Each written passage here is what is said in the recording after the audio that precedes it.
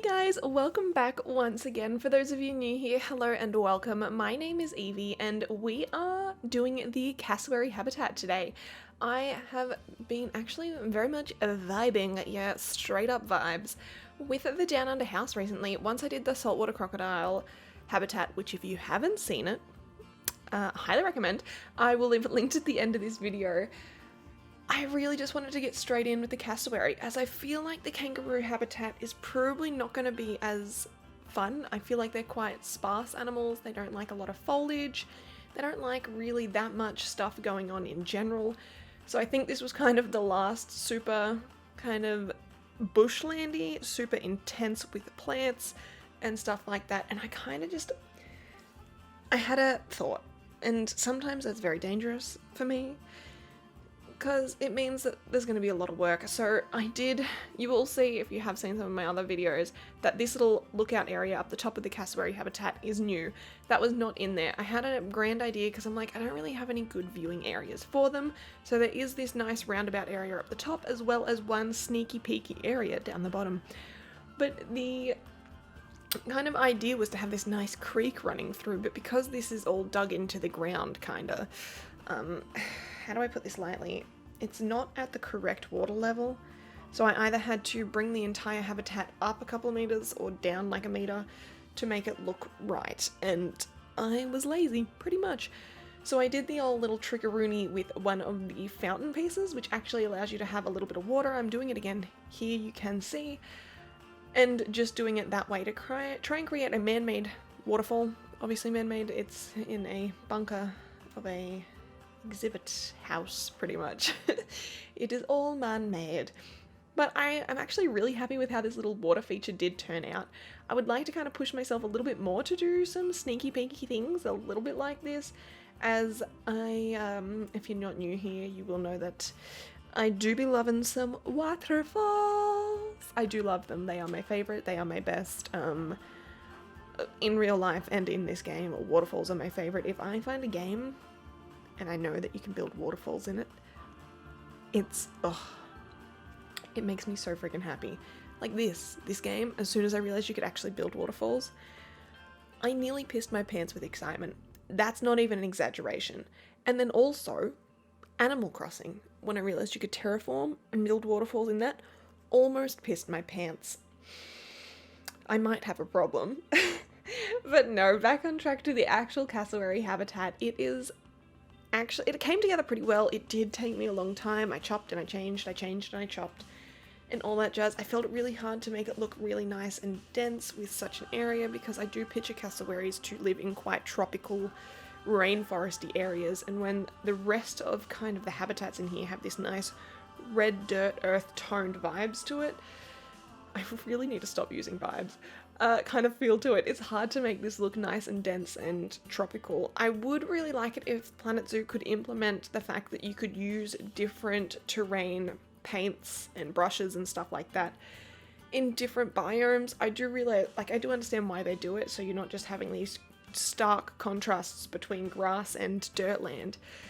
Dirtland? Yeah, we'll go with that. I don't know if that's a correct statement or not. But because this is like an indoor habitat, but it's in the Australian deserty biome, the Oceania one, and just the grass, although it's green, isn't a lush green. It's like a dirty green, if that makes any sense at all. So it kind of came together okay, but at the same time I just felt like the actual greenery itself kind of seemed a little bit average. So I do have bamboos kind of lining the walls, and I think that would have looked better if the grass was a similar colour to the bamboo. It would have looked a lot more lush and a little bit more kind of put together. However, that is not the case. But I worked with what I had. I'm pretty happy with how this did turn out. You will see in the end there is some little bambinos as well, so if you are just wanting to skip straight to the end to see some nice cinematic shots of the animals in action, by all means go for it. I'm not here to stop you. But if you are wanting to see my crazy sporadic build process, you're in for a real treat. Just putting it out there. Now I will admit I did kind of backtrack on one of my statements. I said I wanted to try and keep all of the greenery in here just to the Oceania area. Some of the plants I did not. I just felt like there wasn't enough kind of sparse, like my favorite plant, that big tall tree that you have to sink like 700 meters into the ground just to get a nice kind of ferny look to it. That's not in the Oceania one. I don't think it is anyway, and I also can never remember the name of it. But I felt like I had to. I crumbled, okay? I'm sorry. I could not stop myself at all. But I'm really just trying to make this place all tie together with it all looking different, if that makes sense. Like, none of the actual fences on any of the habitats are the same. However, I want them to kind of be in the same genre, same feel, same vibe. And I'm hoping that it's come across relatively well. It's hard to reuse some pieces enough to make it look different, as well as make it look okay. So you will see in a second here, I realized that I should probably have some sort of barrier around this waterfall, the pond area. And I find it, I didn't want to do more wood. I felt that would be too much, a little bit too much wood. So I do end up creating some nice little fences with some of the kind of rusted poles. If you know what I mean, you know what I mean. If not, I apologize. I'm terrible with descriptions. Here we go. Those ones there. These little bits and bobs. I have just created a nice little simple fence with that. I struggled. I was like, it either looks like it's too much going on or too less going on. Doesn't look like it'd be right. But I do end up chucking some of these out and putting a seat in the place of it, just because I felt like it needed a little bit of... Although this is a sandbox zoo, I felt like I need to kind of cater to the guests' needs in case you guys at all are interested in downloading this entire house at the end, which of course I will, after the final episode of this, have that linked in the descriptions of these videos if you are wanting to get your grubby little mitts on it. Not sure why you'd want your grubby little mitts on it, but in case you do, I've got you covered. Now, I will admit some of these habitats aren't 100% correct. There is a little bit of room issue with the dingoes, and I think that might be it. I also, halfway through filming this, I'm throwing myself under the bus here, I got a notification saying one of my animals was about to die of severe dehydration, and I'm like, uh-oh, what have I done? And lo and behold, I completely forgot to put water in the koala habitat, and those little cutie patooties were about to die. They were so dehydrated. I literally placed water and they all came sprinting from each corner of the goddamn habitat, and I'm like, oh, I am the worst koala mum to ever live. I nearly killed my babies. But no, they're happy now, it's all good, and that made me think, I was like, wait a second, do I not have water in all of my habitats? But no, it is just that one that I did actually do a whoopsie on.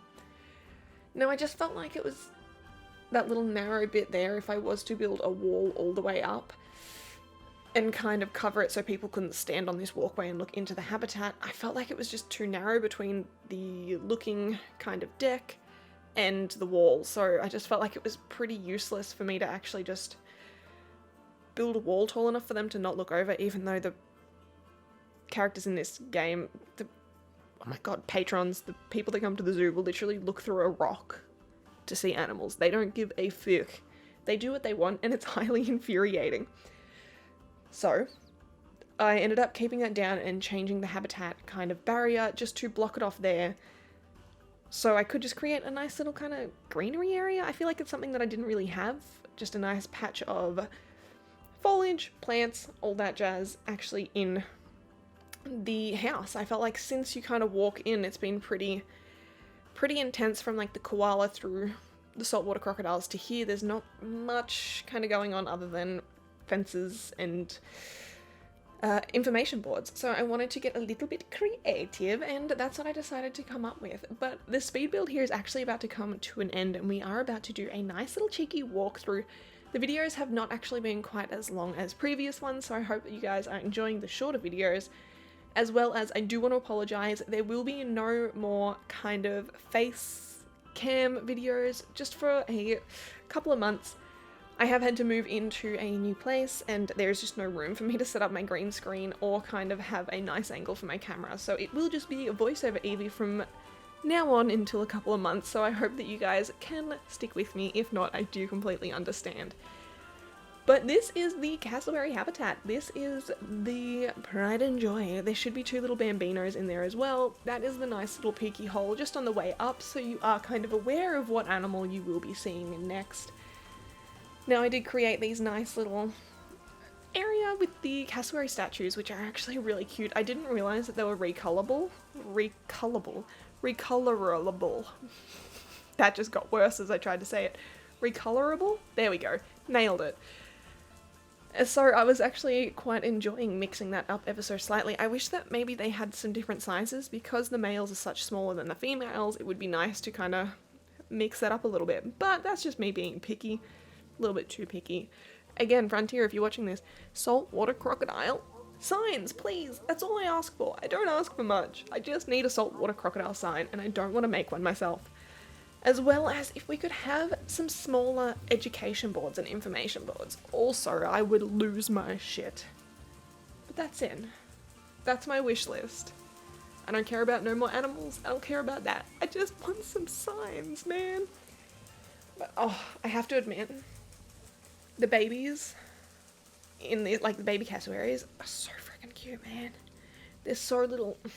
They're so little. They're so fluffy.